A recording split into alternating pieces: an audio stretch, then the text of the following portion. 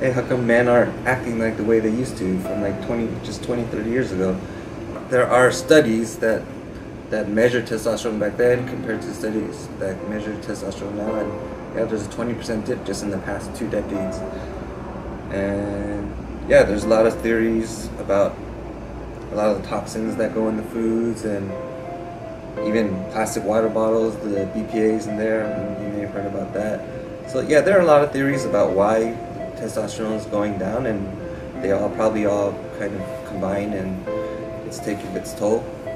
In my opinion, testosterone therapy, or just basically optimizing your hormones, I think that's kind of setting the landscape. You know, it's basically you have soil, fertile soil in that situation, so you can grow plants. Whereas, if it weren't like that, you have your hormones are messed up, and then you kind of have like this crappy soil, okay? And you want to do these things, and it's in your mind like, I really want to do this, and you start trying to grow plants and change your life, but you know, you try to make these changes and try to grow these plants, but you know, they're not really growing, and you kind of just like, you know what, forget about it.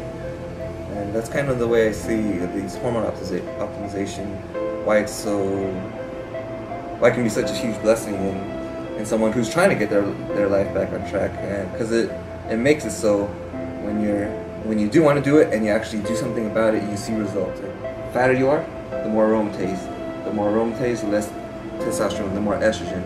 The less testosterone, the more estrogen, the more fat. The more fat, and it keeps going and going and going. The more fat you have, the more of that enzyme you're going to have, turning your testosterone into estrogen. And testosterone, one of its responsibilities is to build and preserve lean mass, and it also burns fat as well. Estrogen, that's the female hormone, and females, they need a certain amount of body fat.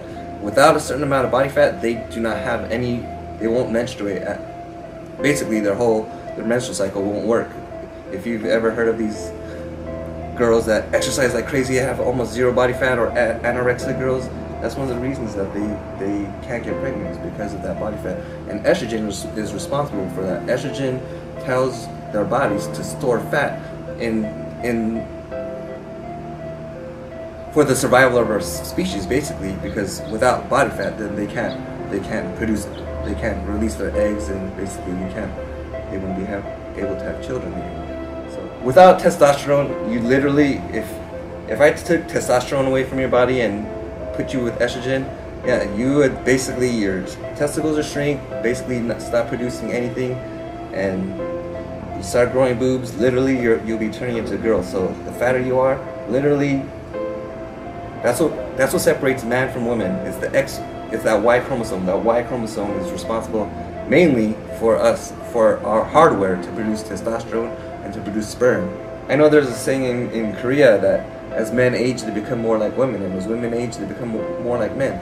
Why do you think that is? As a man ages, they lose their testosterone. As a woman ages, they lose their estrogen. So women are becoming more like men as they age because of their hormones, and men are becoming more like women. The number one predictor for low testosterone, more so than age even, is your waist circumference. That's the most accurate predictor of low testosterone. That's not to say if you have a small waist, you don't have low testosterone. But if you have a large waist, there's a very high chance that you have low testosterone.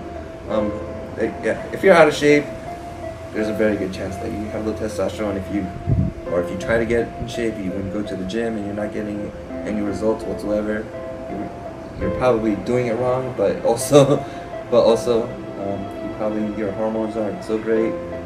Low libido, erectile dysfunction, depression. Honestly, I think for depression in men, testosterone should be one of the first things used, not depression pills.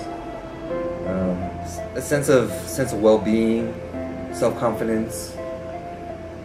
If all those things are getting worse and worse and worse, and yeah, definitely get your hormones checked.